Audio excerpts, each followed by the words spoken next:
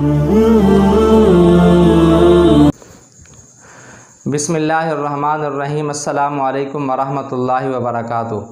दोस्तों, आप देख रहे हैं मेरा यूट्यूब चैनल इल्म का सिलसिला। इल्म के सिलसिले में कल हमने तौबा के मुतालिक बात की थी कि तौबा की क्या हकीकत है, तौबा का मतलब क्या है, तौबा के फ़वाइद क्या हैं, तौबा की क्या शराइत हैं और किस तरीके से अल्लाह ताला इंसान की तौबा से खुश होता है और किस तरीके से अल्लाह ताला इंसान की तौबा से राज़ी होते हैं। आज हम तौबा के मुतालिक एक हैरत अंगेज़ वाक़े को बयान करेंगे। हो सकता है कि ये वाक़या हमारी ज़िंदगी को तब्दील कर दे, हमारे जो दिल की काया है, दिल की काया को पलट दे और हम भी इस वाक़े को सुन करके, इस वाक़े को सामने रख करके अल्लाह ताला से अपने गुनाहों की सच्ची माफ़ी मांगें, सच्ची तौबा मांगें और अपनी तौबा के ऊपर मुस्तकीम हों। बनी इसराइल के एक आदमी का नाम नसूह बताया जाता है और उसकी आवाज़ बिल्कुल बारीक आवाज़ थी, औरतों की तरह उसकी आवाज़ थी और उसके चेहरे के ऊपर दाढ़ी भी नहीं थी। तो इस चीज़ का फ़ायदा उठाते हुए वो बादशाह के महल में रहता था, औरतों के साथ रहता था। जो महल की औरतें थीं उनकी खिदमत किया करता था और उनके जिस्म पे मसाज किया करता था। वो इस वजह से ये काम इस वजह से करता था, एक तो ये उसके रोज़गार का ज़रिया था और दूसरा उसका मकसद ये होता था कि वह औरतों के जिस्म से लज्जत हासिल करे। चूँकि वह हकीकत के अंदर तो मर्द था, लेकिन अपने आवाज़ की बारीक होने की वजह से, चूँकि उसके आज़ा ज़हरी तौर पे ऐसे लगते थे, उसके खदोखाल ऐसे लगते थे जैसे कि ये औरत है और इसी तरीके से उसके चेहरे के ऊपर दाढ़ी भी नहीं थी। तो उसने अपने रोज़गार का ज़रिया भी इस काम को बनाया हुआ था। महल की औरतों की खिदमत किया करता था, उनको मसाज किया करता था और औरतों के जिस्म से लज्जत भी हासिल किया करता था। एक दफ़ा यूँ हुआ कि बादशाह की बेटी हमाम के अंदर नहाने के लिए गई, दाखिल हुई। जब वो वापस निकली तो उसके गले का जो कीमती हार था, उसने नहाने से पहले, हमाम में दाखिल होने से पहले अपने गले का हार उतार लिया था। जब वो वापस हमाम से निकली, नहा करके वापस निकली तो उसका वो हार गुम था। बात बादशाह तक पहुंच गई कि मेरी बेटी का, शहज़ादी का कीमती हार था, वो गुम हो चुका है, खो हो चुका है।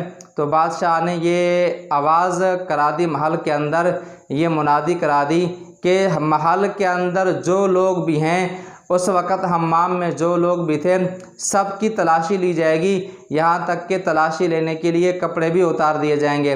अब ये बात कि तलाशी ली जाएगी और तलाशी लेते वक़्त जिस्म के कपड़े भी उतार दिए जाएंगे।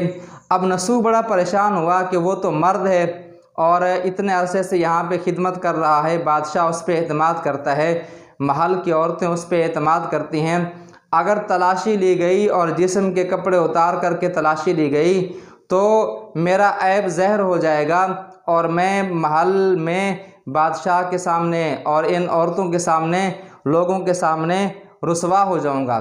अब उसने दिल ही दिल में अल्लाह ताला को पुकारा, अल्लाह ताला से तौबा की।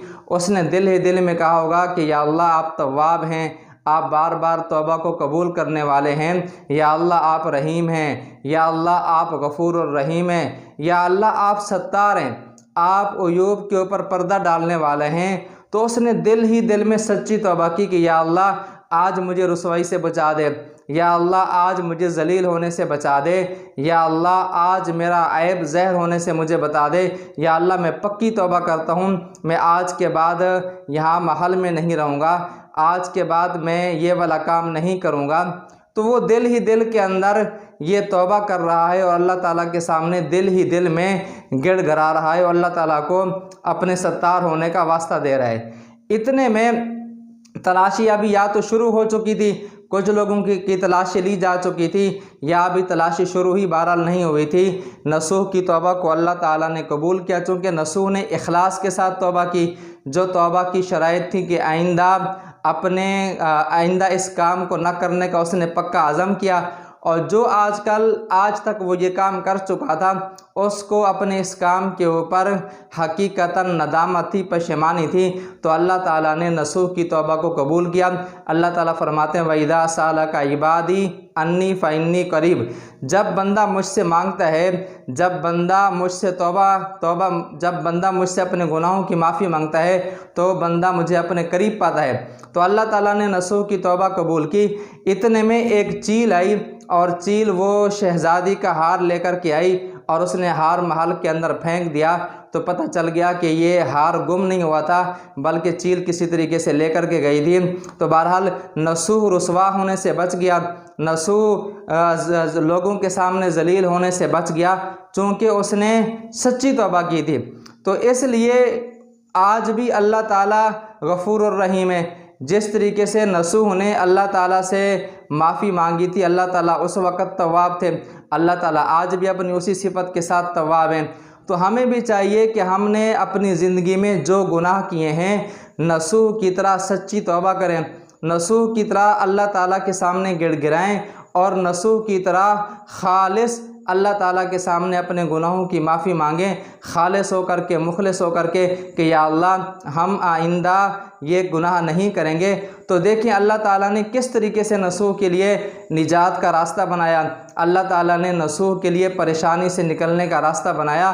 तो जो अल्लाह ताला से अपने गुनाहों की माफ़ी मांगता है, सच्ची तौबा करता है, खालिस तौबा करता है, तो अल्लाह ताला उसके लिए निजात का रास्ता निकाल देते हैं और अल्लाह ताला उसको माफ़ कर देते हैं। कुरान मजीद में अल्लाह ताला के इरशाद फ़उलाइका युबद्दिलुल्लाहु सय्यिआतिहिम हसनात, यही वो लोग हैं कि जब अल्लाह ताला से माफ़ी मांगते हैं, सच्चे दिल से माफ़ी मांगते हैं, तो अल्लाह ताला इनके गुनाहों को माफ़ भी कर देते हैं और इनके गुनाहों को नेकी के अंदर तब्दील कर देते हैं। जैसे कि दूसरी जगह पे अल्लाह ताला का इरशाद है, या अय्युहल्लज़ीना आमनू तूबू इलल्लाहि तौबतन नसूहा असा रब्बुकुम अन युकफ्फिरा अन्कुम सय्यिआतिकुम व युदखिलकुम जन्नातिन तजरी मिन तहतिहल अनहार, कि तौबा के नतीजे में अल्लाह ताला की ज़ात से उम्मीद है कि तुम्हारा रब तुम्हें तुम्हारे गुनाहों को भी माफ़ फरमा देगा और इसके तौबा की बरकत के नतीजे में तुम्हें ऐसे बागात में दाखिल कर देगा, यानी जन्नत में दाखिल कर देगा कि जिसमें नहरें जारी होती हैं। बहरहाल अल्लाह ताला से दुआ है कि अल्लाह ताला हमें भी अपने गुनाहों के ऊपर नदामत और गुनाहों से माफ़ी मांगने की तौफीक नसीब फरमाए। अगर आपको ये वीडियो अच्छी लगी है तो वीडियो को सब्सक्राइब, शेयर और लाइक करना मत भूलिएगा। अस्सलामु अलैकुम वरहमतुल्लाहि वबरकातुहू।